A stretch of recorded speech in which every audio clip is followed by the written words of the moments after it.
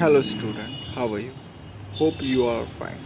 Today we are starting the second section of the chapter Physical Division of India. Today we will study Northern Plain. Okay तो ये northern plain जो है वो majorly 3 river system Indus, Ganga और ब्रह्मपुत्र से बनता है और साथ साथ उनकी ट्रिब्यूटरी से भी।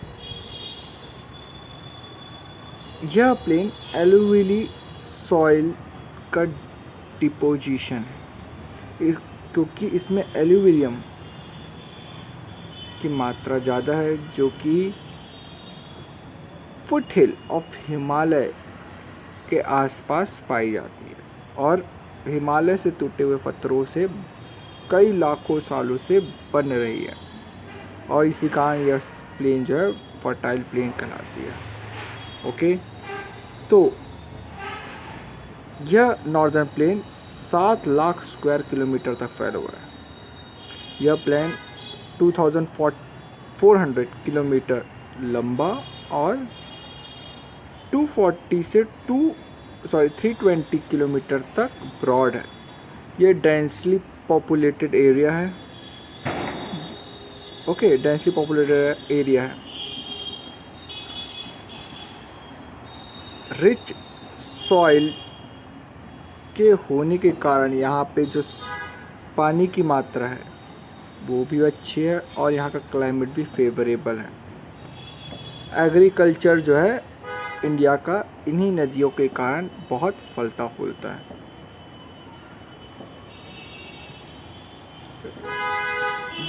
ये जो रिवर है ये नॉर्दर्न माउंटेन से होकर के आती है और अपना डिपोजिशंस का वर्क करती है।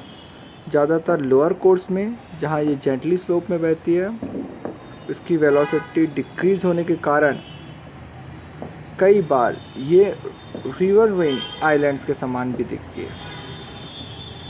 जो रिवर्स है जो लोअर स्पीड्स में बहती है वो कई न्यूमरस चैनल से होते हुए गुजरती है और अपने स्लिट्स का डिपोजिशन करते चलती है।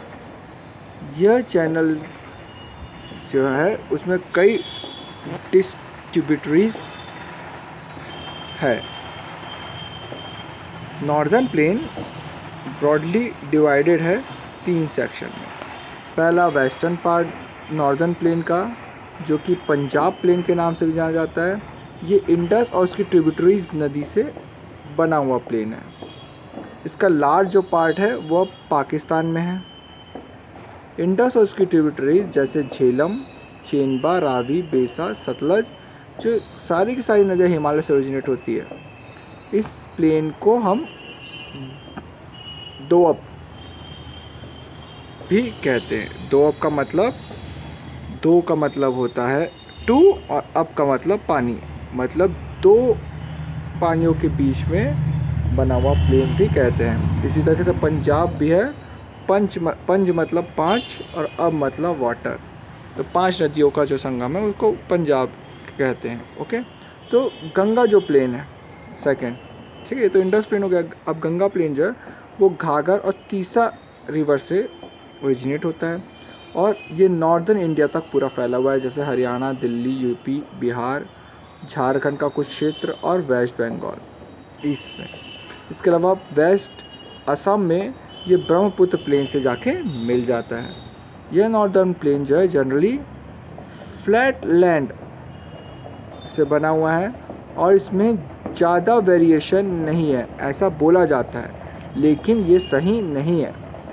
इस प्लेन रिलीफ में कई डाइवर्स रिलीफ फीचर्स देखने को मिलते हैं। यह वेरिएशन रिलीफ फीचर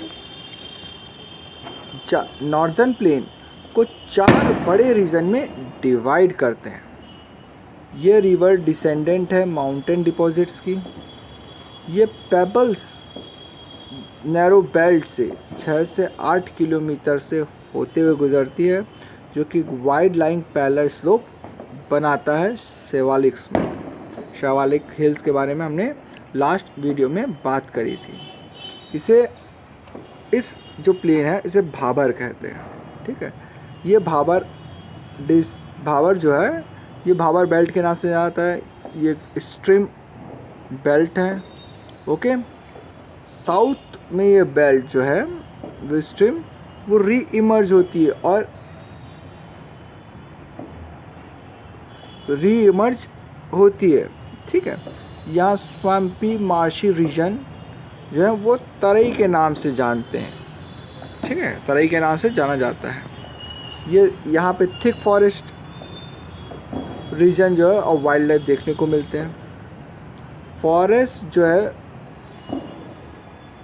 उसको क्लियर करके यहाँ पे एग्रीकल्चर लैंड में कन्वर्ट कर लिया गया है और बहुत से सेटल माइग्रेंट्स पाकिस्तान जो पार्टीशन के बाद यहाँ आए थे उन्हें रहने की जगह या एग्रीकल्चर लैंड दिया गया है। इसके अलावा यहाँ पे दुधावा नेशनल पार्क इसी रीजन में आता है, तराई रीजन में, ठीक है।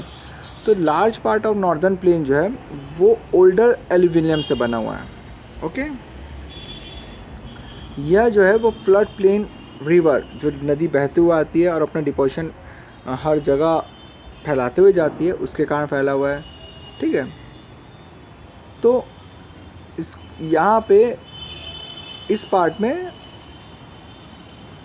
भंगर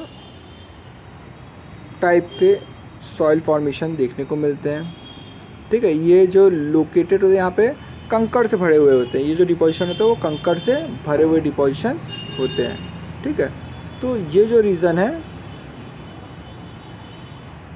ये एक न्यू और यंगर डिपॉजिट्स जो है फ्लड प्लेन को बढ़ाता है जो आगे जाके फैलते हैं। इन्हें खादर के नाम से भी जाना जाता है, भी नहीं, खादर के नाम से जाना जाता है जो आगे जाके ओल्ड डिपोजिशन बनाते हैं। ये जो रिन्यूड होते हैं फर्टाइल एंड आइडियल है एग्रीकल्चर के लिए, ठीक है। तो ये जो खादर है वो फर्टाइल सॉइल है और ये एग्रीकल्चर के लिए बहुत आइडियल माना जाता है। ओके स्टूडेंट, होप आपको नॉर्दर्न प्लेन अच्छे से समझ में आया होगा। अगर आपको कोई डाउट है या आप में से कुछ पूछना चाहते हैं तो आप नीचे कमेंट सेक्शन में मुझसे अपना डाउट क्लियर करवा सकते हैं। Okay, thank you.